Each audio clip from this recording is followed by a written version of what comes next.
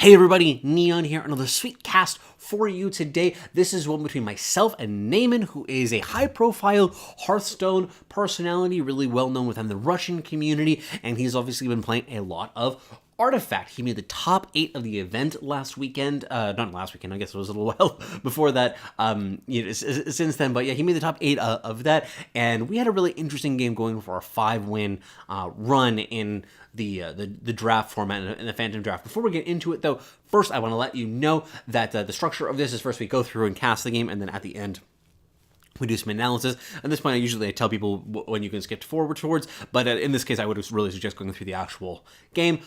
Next, I want to let you know about the submission page that we have. If you see cool games of somebody else, or it's even your own game that you're recording, be sure to send those off to me, and I would love to see them and analyze them for something like this. And then finally, I want to let you know about Ink Gaming, a wonderful place to get all sorts of fancy gaming supplies, so go check them out. There's a link below to let them know that we sent you, and you can also use the promo code a+space12 in order to get 12% off your orders there. Without any further ado, let's get into that game.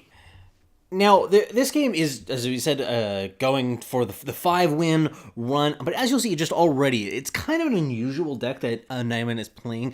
3 Chiefs, 1 Chamois.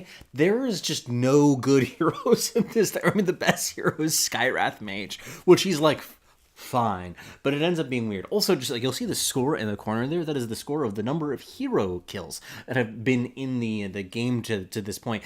And I'm going to be following this because, as you'll see in the analysis section, this will be a theme that I kind of harp on that I think is really interesting, and understanding how hero deaths and hero kills play into the way in which they can happen in a match. But you'll already see here that the matchups are not great in the initial stages of the game. This is always something that you want to analyze and kind of look at when the board first appears, of like who's winning in each lane, who has good matchups and favorable matchups, who doesn't. I have very unfavorable matchups in those particular situations where all of my heroes seem to be running into all of their heroes and getting smooshed under the chadly, manly body of all of those Keefs. Now, none of them are down just yet, but I promise you that will change. That will change soon. Okay, so the reason that Shen, by the way, is going to the bottom lane here, which might seem a little bit unusual given the fact that I already have a green hero there, is, as opposed to the center lane, for example, where there's a blue hero, is that I'm pretty sure the Treant's going to die. So I feel like just replacing him with another green hero seems to be okay. So that is one of the situations in which it's fine to violate that rule of saying, like, okay, we don't want to have 2 heroes of the same color in the same lane if we can avoid it, or like unless we're like going for something specific in the early game. And in this situation, it's just like my Treant is probably going to die, like knowing the composition of my hand, so that's kind of the reason that I did it. Okay, so 1 hero down in the first lane. My first Treant is down. By the way, you'll notice that my deck is interesting little number. 2 Treant Protectors is quite fun. I enjoyed that. He is a very reasonable card, though definitely I have come around to the idea that Enchantress is just better. I think that Treant's signature card is a hair better, but there's no question that the ability and on Enchantress is way better than Treant's, and that matters a lot. Second hero down, one's getting smooshed by Kiefer. Getting these little druids out is also nice, though. Don't get me wrong. I do like Treant as a card a good deal. It's just that he is very similar to Enchantress, so you're always going to compare the two. And I think that Enchantress is just better.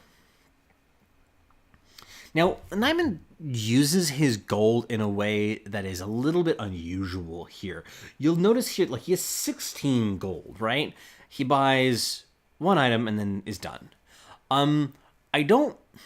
I'd be really interested to hear his philosophy of managing his gold resources in, like, over the course of this game, because you'll see that it's a little bit strange of how he does. He doesn't seem to buy up a lot of stuff just because he has the gold to do it, and I don't know how that ends up. I like in this particular game, I don't think it ends up mattering a ton, but I would be really interested to hear a more detailed thought process on his philosophy on the subject. So, I don't have any plays, and they have a ton of plays. Also, this is a deck, particularly on Naiman's side, that really doesn't have a ton of win conditions, exactly. There is the Red Mist Pillagers, or 2 copies of that in his deck, and then also some copies of the... like Keith himself can obviously beat down pretty well, but outside of that, there really just isn't many cards that win the game exactly. And I think that that's actually the kind of problem that you can run into with a deck like this, that it's an unusual composition. But Red Mist Pillager obviously is a very effective tool for that if your opponent can't play around and can't shut them down, because obviously they can get out of control really quickly if you have firm control of a given lane. Trying to keep my Prelix alive. Prelix I'm a huge fan of, by the way. Gets hit by that Red Mist Pillager, though, unfortunately. Now, this is a way in retrospect, I don't think that I like very much, of just doing that to clear it out. I'm not sure on that one. It's probably ends up working out okay over the course of the game for it, but I'm still not sure whether it's correct in that instance. Like, taking down just a 1 Red Mist Pillager, especially given the fact that it's not hitting my face and not duplicating at that point, I'm not sure how important it really is. So, I don't know. It was just an interesting use of the card. Probably safest to do things that way. But we're going into the shopping phase. Once again, Naiman has just a massive amount of gold to work with and chooses to use relatively little of it. Just buys up the Potion of Knowledge and then stares at the Shield of Basilius for a moment and then passes back to Hero Deployment phase. Now I have a bunch of heroes to deploy. My deck is very good at mobility. Once again, they're really good at moving my heroes around. Just a little bit of delayed, you know. Now this here is a really brutal turn, because just full disclosure, I have an Annihilation in my hand. I've been trying to set this up, especially in this top lane, because this is obviously a good lane to do it in. But then he just gets nuked by this Mystic Flare, so I am down right now 5-0 in the kill count for things. I draw a card, nice little card with the Potion of Knowledge, with the money that I scraped together from killing individual creeps. But yeah, the game is not looking great for me at the moment. It's been a rough one. My opponent is definitely working that first tower.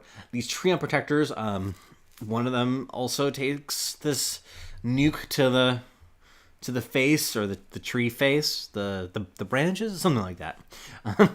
But yeah, so he goes down. There's 1 left in the lane. He's not going to be able to accomplish a whole ton, but he does allow me to cast this Roseleaf Druid, which does help, of course, to slow down the pressure just a touch and then accelerate to hopefully set up some bigger plays in the coming turns.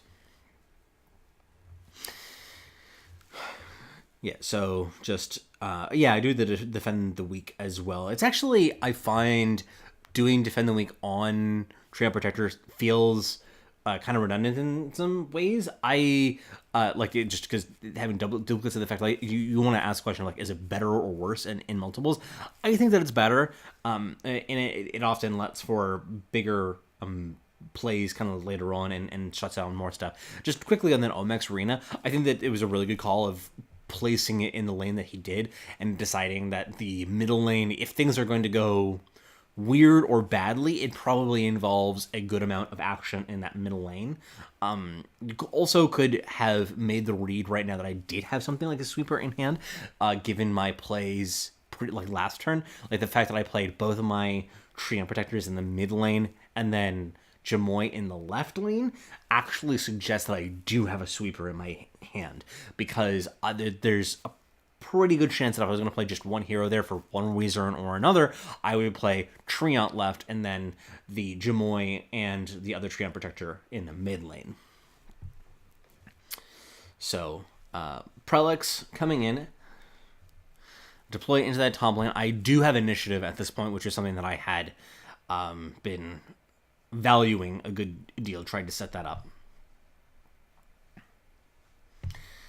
to stop something like this. Like, you see him thumbing over the enough magic in hand that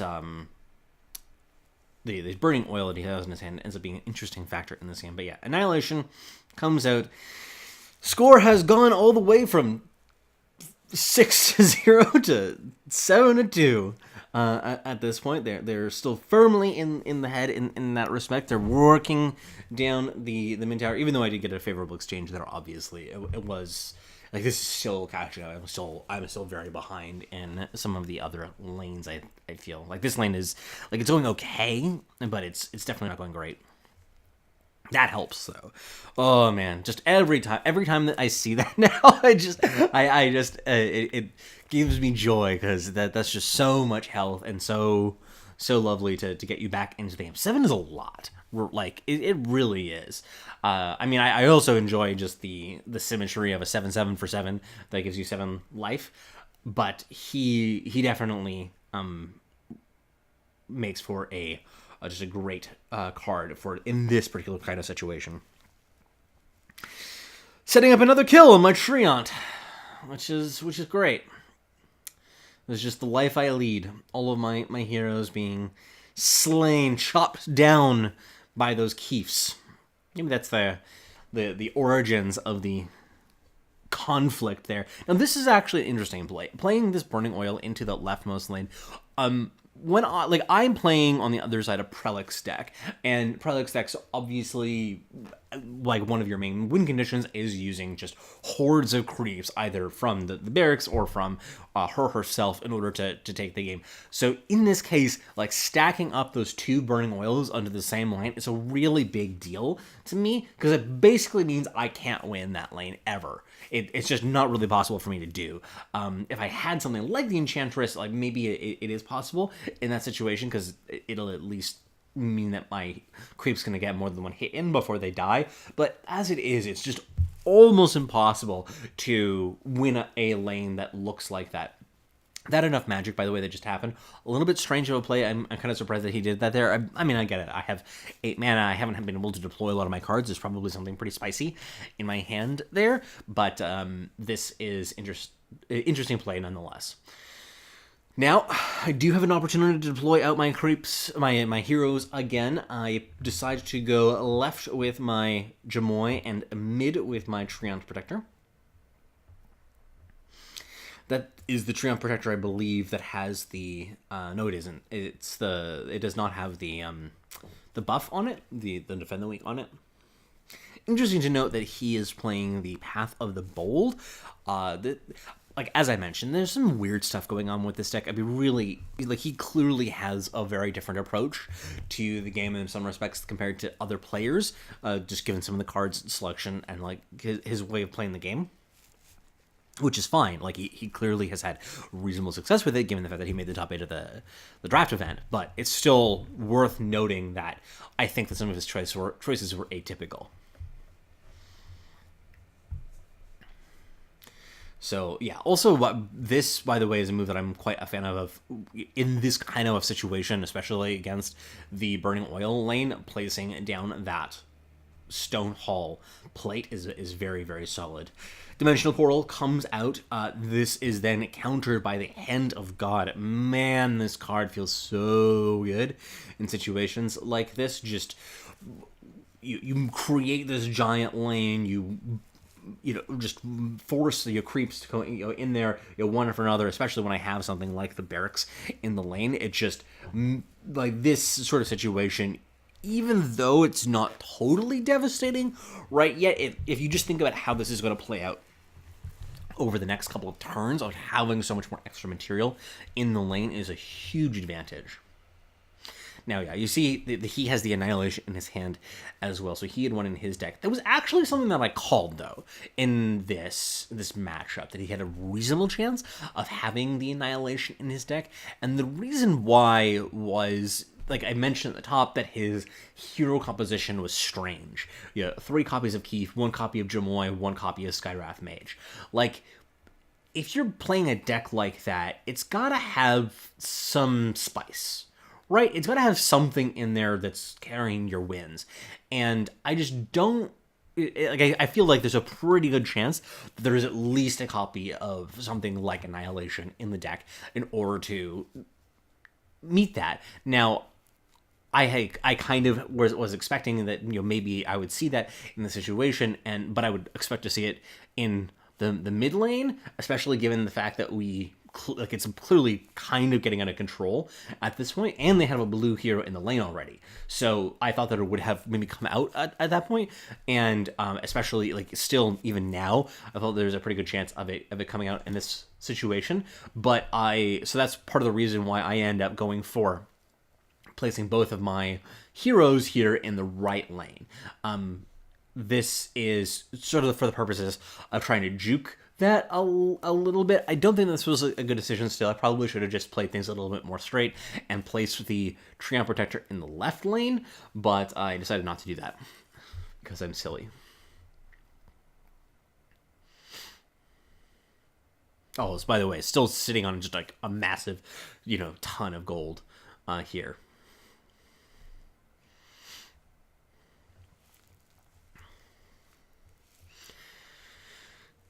Keith trying to set up a kill.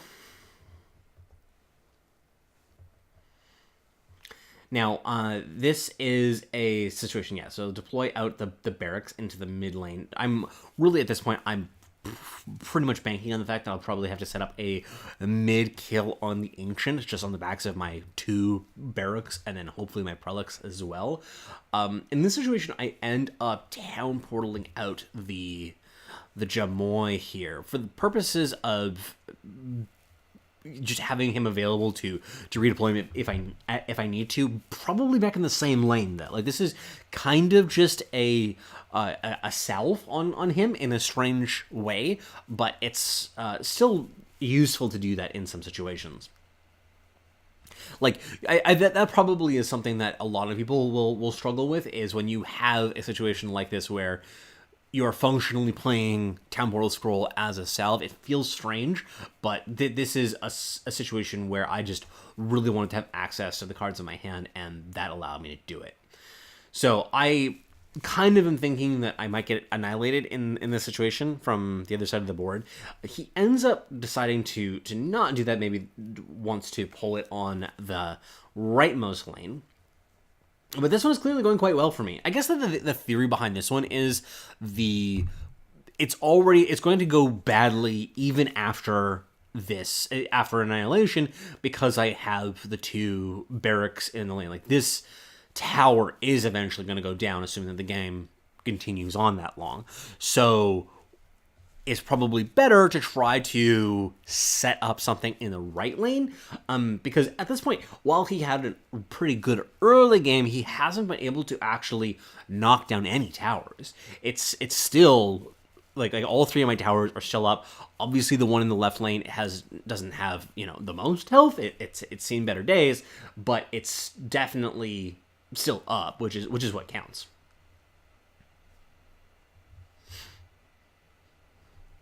Yeah, so just trying to, I think, bait me a little bit into doing something, maybe. I'm not sure exactly what he's attempting to do with necessarily. It's just healing him up, I guess, to keep him fine. Doesn't need to have some ulterior motive all of the time. Those fighting instincts, though, just oodles of those. Surprised he didn't use one there. I mean, just may as well get it out of your hand kind of thing.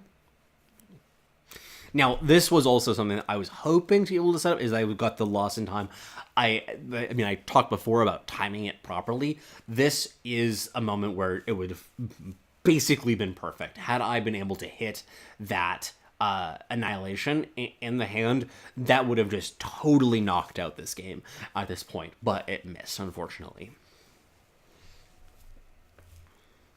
Buys the shop deed. Maybe that's why he was saving up, hoping to purchase that shop deed eventually. So at this point, again, I get the chance to redeploy my Jamoy. Right lane, by the way, since the right lane, his tower is only at 2 hit points, this create going into the lane just is a guaranteed lethal there. So that's a pretty problematic situation in that lane. Okay. So here, I start off by deploying the Thunderstorm. That's going to come just in a moment. Yeah, here we are. Thunderstorm. Good. But like at this point now, this is actually a very serious problem for Naiman, given the fact that this is actually both of his red mist pillagers that have been killed at this point in the game. He spent his annihilation. Really what his deck is at a lot of this point is a lot of controlling cards and stuff like Fighting Instinct, which is not exactly sexy. So he actually decides to surrender here, which might feel a little bit premature, but I think that it's probably basically correct given how badly that middle lane is going and how, like, if you don't have something like Thunderstorm in your deck, you just can't come back from that situation. Not every deck has the tools to fight an extremely wide board, and it's only going to continue to get wider. So I feel as if it's probably was a mistake for him to nuke the right lane versus the left lane, because I don't know. I'm not sure which one would give a higher chance of winning, but it definitely didn't. This one didn't work out for him because it just allowed me to set up the lethal with the one melee creep that goes into the lane. But anyway, that was the game. So let's go to some analysis. And first, I want to talk about this final hero kill score, and I'm just going to bring this up in full resolution. At the end of the game, the final score was 4-11 in his favor. He had 11 hero kills, and I had only 4 over the entire game. All 4 of those hero kills, by the way, were from Annihilation. 2 from mine and 2 from his. So I functionally, through my heroes and through my units, killed 0 heroes over the course of that entire game. And I still won without losing a tower. It wasn't, like, I mean, it was a little bit shaky and a little bit close in some situations there. It looked like it wasn't going great, especially in the beginning. But the reason that I wanted to show this one off, because this happens in a bunch of my games, and I feel like this is a skill that I'm getting better at, of building decks that are able to win games like this and play the game like this, is that if you lose in the early game, you do give up a bunch of gold and you do have a really clunky and uncomfortable couple of turns. But what happens then? What is it that your opponent gets out of that? They get gold, but they get to turn that gold into items that either give them attack, survivability, and then sometimes it has an ability, like beyond that. And in this kind of game state, the health and the attack don't actually really matter. I know that sounds weird, so I'll explain it. Like, in this situation, in this game state, I made the game ultimately really about this horde of units that there was coming and functioning in the game. There were very few times that, for example, his Keiths were running into my units and then my unit wasn't dying. They were dying a lot. So it wasn't a problem with his heroes not hitting hard enough. They hit plenty hard. It also wasn't a problem with his heroes not being fat enough and survivable enough. They were surviving just fine. Like, I never killed them through unit battles or hero battles. It was always because of annihilations that they died. So those stats that you get out of the items that you acquire throughout the game, like, if your opponent can generate enough material and value to constantly chump block your stuff while still applying pressure, you've accomplished nothing. Ultimately, like, your heroes are functionally kind of like they were at the beginning of the game. So even though, I mean, clearly Naiman's approach to managing his item deck was a little bit strange, and I mean, if you go through and look at the composition of the deck and stuff like that as well, you can go check that out in the stream, by the way. I'll have a VOD link to that in the description. But I'm not sure whether he had a different approach to building his item deck and then buying the items, maybe that could have made the game turn out differently. But very clearly here, just the raw stats that you get from items didn't accomplish a ton. But if you get items that have some sort of special ability, like you have the Helm of the Dominator that lets you to steal units. You have the Vesture of the Tyrant that gives you the rapid deployment and the armor on your tower. Apotheosis Blade, like all of those types of items, those are the ones that actually count here, because you need to have that special ability in order for you to do anything that matters. Like if you have Horde of the Alpha, like if you had found that at any point during the game, then he is able to win in this kind of game. And I think that might be why he was holding on to his gold so long. If I had to guess, is that he identified early on in the game that if things go badly, if I can't kind of punk my opponent out with the Red Mist Pillagers, maybe I have to get lucky and find something like the Horn of the Alpha or the Vesture of the Tyrant or some high impact item like that in order to actually close out this game, because Barracks specifically is really good at just invalidating his strategy because the Keefs just don't get the job done. And are also they're good at shutting down the Red Mist Pillagers, but that isn't actually how they ended up dying. But anyway, this is the point that I came up in this game. It was obviously a really interesting game. I was happy that I won. So that's always nice to do. This is my second time now facing off against a high-profile Hearthstone player or team, I guess was the last one, and coming out victorious. This was also, I think, my second 5-win run for it, so that was really satisfying as well. I feel like I'm getting the hang of it now a lot more, but there's a lot to learn in this, and I think that this is also just want to emphasize to those of you who get frustrated with losing your heroes in the early game, you can come back assuming that you have your deck built the right way and you have the right tools. Obviously, having Annihilation really helps. I don't think that it was necessary in this particular game. There might have been other ways for me to actually pull this one out. Specifically, I could have even just sacked the first lane a lot more aggressively, and it wouldn't have been necessary to have a card as powerful and impactful as Annihilation. But I just want to emphasize that fact is, like, if you there are decks that can come back if you build your deck properly and you know how to play it properly. Even when you chain feed in the early game, you can overpower your opponent in the late game, because oftentimes, especially against red decks, like the one that Naiman was playing, it's going to be filled with cards that are kind of crappy, like the Fighting Instinct, and they just don't matter in the situations. But that'll be it for today. Thank you so much for joining me. This was a lot of fun. It was a really interesting game. Be sure, of course, to submit your games of interest to the submission page that I have linked below. Check out Naiman's stream and the VOD that's associated with that. It was happy to be able to steal that from him. And then check out, of course, Ink Gaming, one of the sponsors for the stream. And I always want your feedback too. It's really helpful, and share this material as well to get people to, see what we're doing here and hopefully learn some more. So thank you once again for joining me. Take care, everybody.